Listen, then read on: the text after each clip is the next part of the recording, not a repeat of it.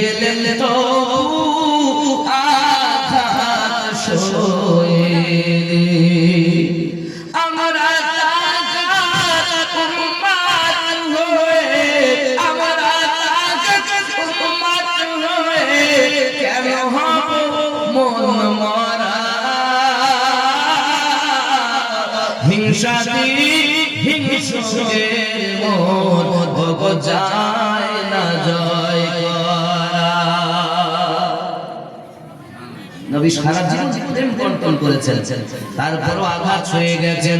বেলাল রাদিয়াল্লাহু তাআলা নবীর প্রতি আঘাত হয়ে গেল। আর শুধু এতটুকুতে সমাপ্ত করিনি বন্ধু, ও আমার বাবাজিরা, গলায় তাই রশি বেঁধে দিয়েছে। এলাকার বাচ্চাদেরকে আপনার কিনা বলেছে, বালকেরা তোরা বেলালকে টেনে টেনে নিয়ে যাও।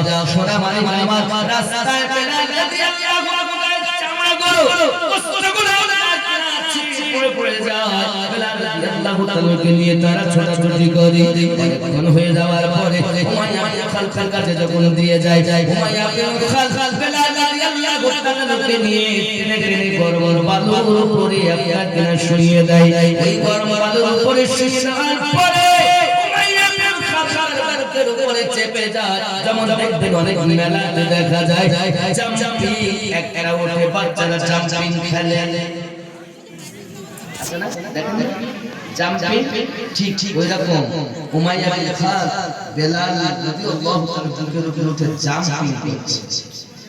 কষ্ট হচ্ছে না? মনে কষ্ট হবে তো?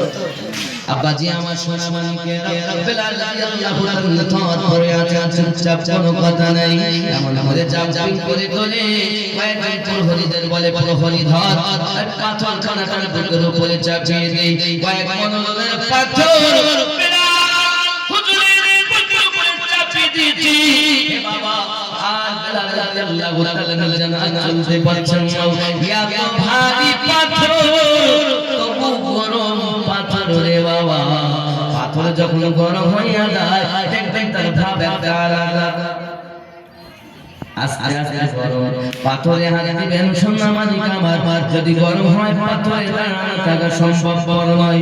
ওই পাথর বুকের উপরে বেলাল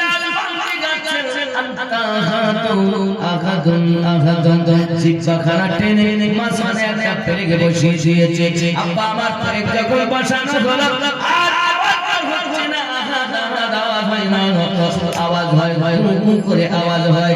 একটা মানুষ হয়ে একটা মানুষকে এত কষ্ট দেওয়া যায় না বাবা, এটা নির্মম অত্যাচার করা হয়েছে। অপরাধ কি বলে করে নিয়েছে, আল্লাহকে এক বলে বিশ্বাস করে দিয়েছে, আমার নবীকে আল্লাহ রাসূল বলে বিশ্বাস করে দিয়েছে। অপরাধের জন্য তার প্রতি অত্যাচার।